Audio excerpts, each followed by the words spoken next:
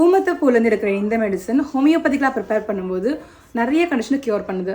இது க்ரூட் ஃபார்மில் எடுக்கும்போது இது ஒரு பாய்சனஸ் ட்ரக். பட் ஹோமியோபதிக்கலாக பண்ணும்போது இது வந்து லைட் சென்சிட்டிவிட்டி, மைக்ரைன் இப்படின்னு நிறைய கம்ப்ளைண்ட் க்யூர் பண்ணுது. But one of the best cure என்னென்னா இது ஸ்பீச் டிலேக்கு ரொம்ப ஹெல்ப்ஃபுல்லாக இருக்குது. அது பேர்லேயே இருப்பாங்க ஊமத்தை பூ. ஸோ ஸ்பீச்சுக்கு ரொம்பவே ஹெல்ப்ஃபுல்லாக இருக்கும்.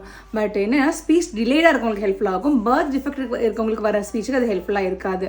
ஸ்ட்ரமோனியம் இந்த மெடிசனை ஹோமியோபதிக்கெலாம் எடுக்கும்போது இது நிறைய கண்டிஷனை க்யூர் பண்ணுது. மெயினாக இது வந்து hyper activity, migraine issues and nerve complaint and speech ரிலேக்கு ஹெல்ப்ஃபுல்லாக இருக்குது.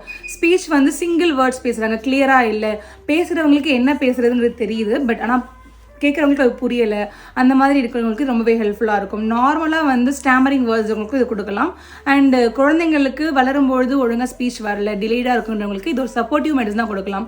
இது இல்லாமல் நிறைய மெயின் ரேஞ்ச் ஆஃப் மெடிசன்ஸ் இருக்குது. பக்கோபமினரி, கல்கேரியா ஃபாஸ்போரிக்கா, பைட்டா கார்போனிக்கா, ஜிங்கம் மெட்டாலிக்கம் எக்ஸெட்ரா நிறைய மெடிசன் சொல்லிக்கிட்டே போகலாம். உங்களுடைய கண்டிஷனை பேஸ் பண்ணி கஸ்டமைஸ் பண்ணி மெடிசன் எடுக்கிறது எப்போவுமே ஹெல்ப்ஃபுல்லாக இருக்கும்.